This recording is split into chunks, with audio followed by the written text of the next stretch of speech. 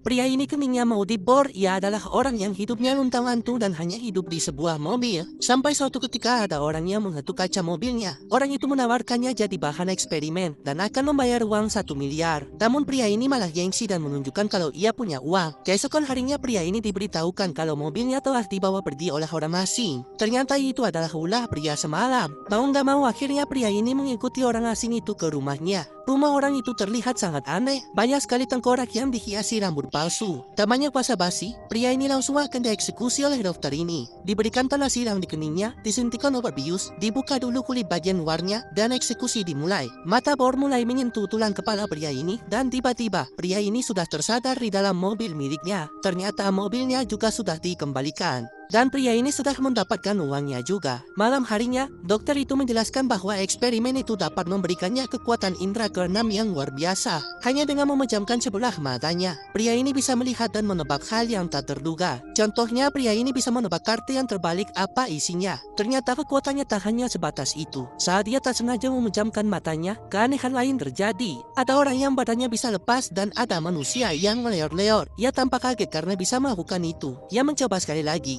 Makin banyak makhluk aneh yang bisa ia lihat. Ada manusia rantai, orang yang mati kayam, kepala kayak bola lampu. Pokoknya manusia jadi aneh semua kalau dia melihat dengan sebelah mata. Ia panik dan menabrak seseorang dan orang itu terlihat seperti robot.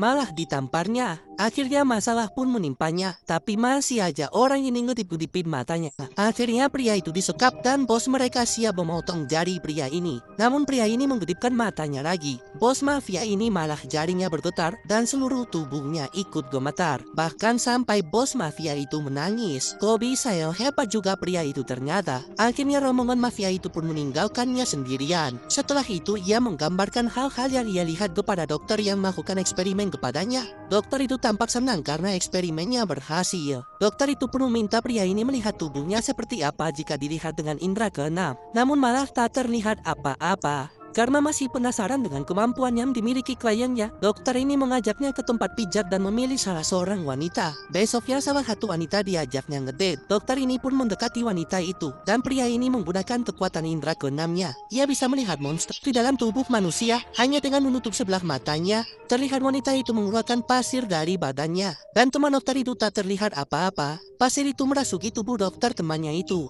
Wajah mereka semakin dekat tapi cewek itu malah pergi. Malangnya giliran pria ini menemui wanita tadi. Tapi pria itu menggunakan kekuatannya dengan menutup sebelah matanya. Wanita itu berubah jadi pasir dan mereka masuk ke dunia lain. Di dunia itu tubuh wanita ini dipenuhi dengan pasir dan muncul sesuatu yang aneh. Pria ini pun berusaha menyelamatkan wanita itu dari monster pasir. Akhirnya setelah beberapa upaya, terlihat pasir itu mulai menghilang dari tubuh wanita ini dan wanita itu terlihat lebih tenang. Tiba-tiba ada mama yang ngintip, nah lu ketahuan. Wanita itu pun berhasil dibebaskan dari monster pasir yang mengganggu jiwanya selama ini.